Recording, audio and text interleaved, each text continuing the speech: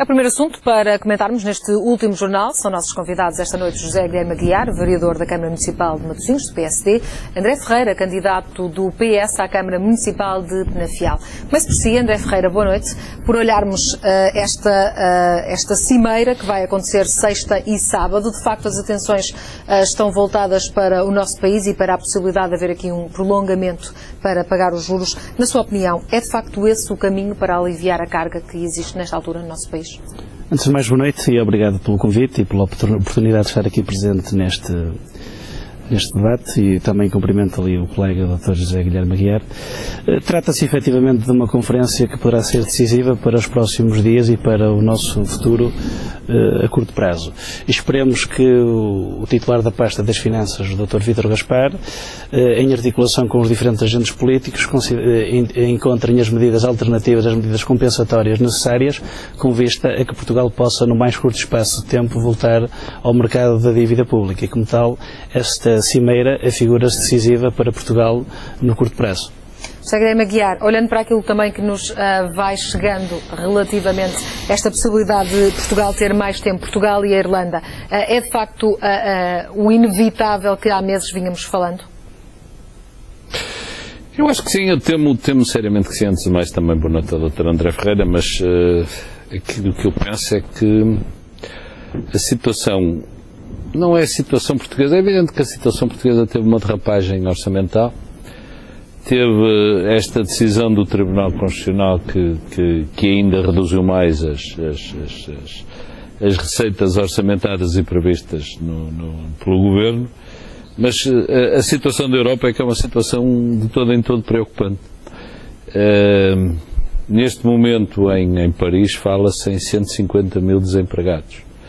Isto é, a crise que atingiu os países do Sul, e nós estamos a falar em países do Sul como a Espanha, a Itália, Portugal, a Grécia, Chipre, neste momento está a contaminar, está a começar a subir em termos de Sul-Norte. E por isso a Dinamarca já está com grandes dificuldades. Ou seja, espera que haja também uma resposta europeia, que mais do que Portugal apresentar a Europa também apresente? Nós falamos, da última vez que nós falamos exatamente que é fundamental é que a Europa se mentalize que esta situação, na minha opinião, eu não sou economista, nem tenho experiência nessa área. Agora, o que me parece a mim como cidadão comum e normal, e que vai observando com alguma atenção estas questões, parece-me que o problema não está em se vamos ter mais prazos para as maturidades, se não vamos ter mais prazos, se vamos renegociar a dívida. Eu acho que a Europa definitivamente ou se compenetra que a solução, mercê da crise europeia, e não é a crise só, infelizmente não é só a crise europeia, é uma crise quase mundial, ou há uma resposta que permita um reequilíbrio, um regresso aos mercados, não é só de Portugal, mas fundamentalmente em que haja uma maior possibilidade de retoma europeia, de retoma na economia, e eu sinceramente não sou propriamente um expert nessa matéria, mas como é evidente, há um princípio que aqui me parece que é lógico, é que em todos os países não são os países pobres que recuperam das crises, são os países onde há ricos, que por sua vez onde há pessoas, quando eu digo ricos não é os muito ricos, onde há pessoas com possibilidades financeiras que permitem essa recuperação financeira, essa retoma financeira. Neste momento Portugal não está nesse condicionalismo, bem pelo contrário, infelizmente o desemprego aumenta, e nessa perspectiva eu acho que esta reunião do Eurogrupo é uma reunião importante. Eu acho que vai toda a gente fingir que não está tudo bem, mas também não está tudo mal. Estão-se a cumprir algumas metas. Portugal está mais ou menos... Portugal e a Irlanda pediram, aliás, aquilo que me diz o Dr. André Ferreira, pediram 10 a 15 anos de maturidade. O Partido Socialista vai reiterar essa posição. Agora, eu não sei se essa é a solução.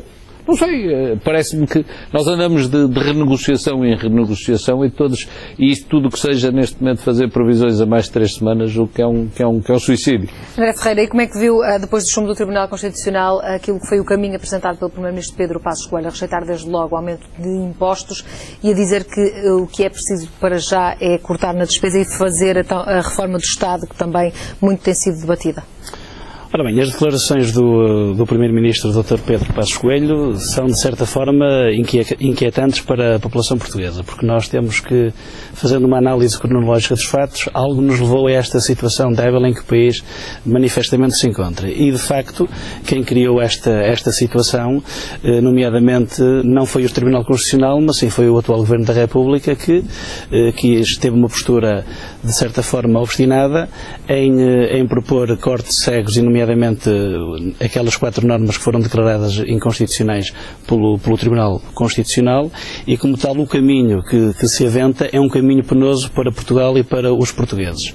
Agora, esperemos que as funções sociais do Estado, essas sejam salvaguardadas a bem de Portugal e a bem dos portugueses, porquanto mais cortes, eu espero que não haja uma atitude retaliatória por parte do Governo da República como um escudo no chumbo do Tribunal Constitucional, porque o Tribunal Constitucional limitou-se apenas e tão só a fazer cumprir a legalidade e, no fundo, colmatar uma lacuna por parte do Governo da República que andou mal nesse particular. Embora essa questão não fosse líquida.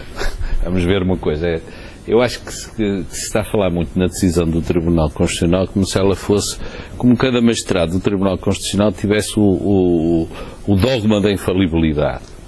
Quando é assim, o acórdão do Tribunal Constitucional tem vencimento à justa. Isto é, bastava que 2 das senhoras juízes do Tribunal Constitucional, que foram indicadas pelos partidos que estão no arco da governação, tivessem votado a favor dessas medidas, elas tinham sido aprovadas. Por isso, quando se fala na inconstitucionalidade, é evidente que a decisão do Tribunal Constitucional é, naturalmente, tem que ser acatada, deve ser acatada. Estamos a falar de uma... Mas está o Governo a usá-la como um bode expiatório, como já ouvimos a oposição? O que está no direito é de a criticar. Os diabos, mas parece que a decisão do Tribunal Constitucional foi uma decisão de suprema, foi uma decisão de unanimidade em que toda a gente não teve a mais pequena hesitação em declarar que violava a Constituição de 4 normas. Houve mais normas cuja inconstitucionalidade foi pedida e essa não foi. É evidente que nós neste momento contabilizamos o que é que nos custa essa declaração de inconstitucionalidade. Agora, não vamos tomar a decisão do Tribunal Constitucional como uma decisão de grande infalibilidade, que não foi. Eu admito e respeito a decisão que foi dada pelos juízes, pela maioria, aliás tem que se respeitar, é um órgão coletivo. Agora, a decisão foi tomada por uma escassa maioria desse órgão coletivo e por isso não vamos aqui dramatizar. Nós gostamos muito de dramatizar estas coisas. Não vamos dramatizar, foi uma decisão jurisdicional, vale o que vale, é tomada por juízes e os juízes, como se viu, têm diversas opiniões. Meus senhores, já voltamos